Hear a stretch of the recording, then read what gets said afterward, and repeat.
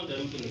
ఎట్లా అంటే ప్రతి కులం వారి యొక్క హక్కు కోసం పోరాటం చేస్తుంది, చాలా త్యాగాలు చేస్తున్నారు. మనం చేస్తలేం కాబట్టి దాని విలువ మనకు తెలుస్తుంది. ఇప్పుడు మనోళ్ళు కూడా చేస్తున్నారు ఎస్టీ రిజర్వేషన్ కోసం అని చెప్పి. భారతదేశ వ్యాప్త ఉద్యమం జరుగుతుంది, మనది కూడా మన దాకా తెలుస్తలేదు. ఆ తెలియకపోవడానికి కూడా కారణం ఏంటంటే మన యొక్క కులాన్ని ఒక్కొక్క రాష్ట్రంలో ఒక్కొక్క తీరుగా పిలుస్తారు. మనకి ఇప్పుడు తెలంగాణలో కుర్మా అంటారు మన దగ్గర, ఇప్పుడు అదే కర్ణాటక పోతే కురుబా అంటారు, అదే నీకు మహారాష్ట్ర పోతే ధన్గర్ అంటారు, అదే ఉత్తరప్రదేశ్ పోతే గడారి అంటారు.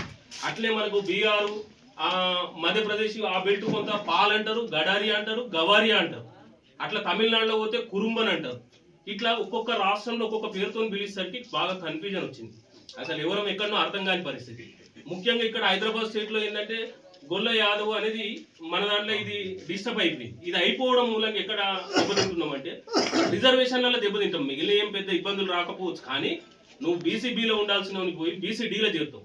అది జనరల్తో సమానం ఆల్మోస్ట్. అంటే నువ్వు ఉన్న రిజర్వేషన్ కోల్పోతావు. ఈరోజు ముద్రాజులు బీసీడీలో ఉన్నారు, వాళ్ళు మాకు బీసీఏ సర్టిఫికేట్ కావాలి, బీసీఏల రిజర్వేషన్ కావాలని ఫైట్ చేస్తారు ప్రభుత్వాలతో. మరి మనం ఉన్నదాన్ని పోగొట్టుకుంటే ఎట్లా? ఇది అవగాహన లోపం. జనరల్గా ఆఫీసర్ వచ్చి మన ఇంటికాడికి రాగానే మీరు ఏం కులం అనగానే మేము గొల్లమే అంటున్నాం. ఎందుకంటే అలవాటు అయిపోయింది కదా గొల్లని చెప్పుకోవడం. అది బీసీడీలోకి వెళ్ళిపోతుంది.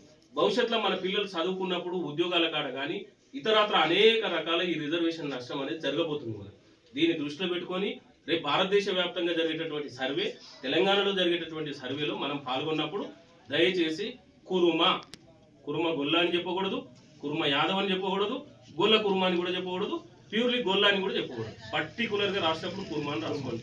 సరే పిలిచినప్పుడు కూడా ఇంకా మీరు అందరూ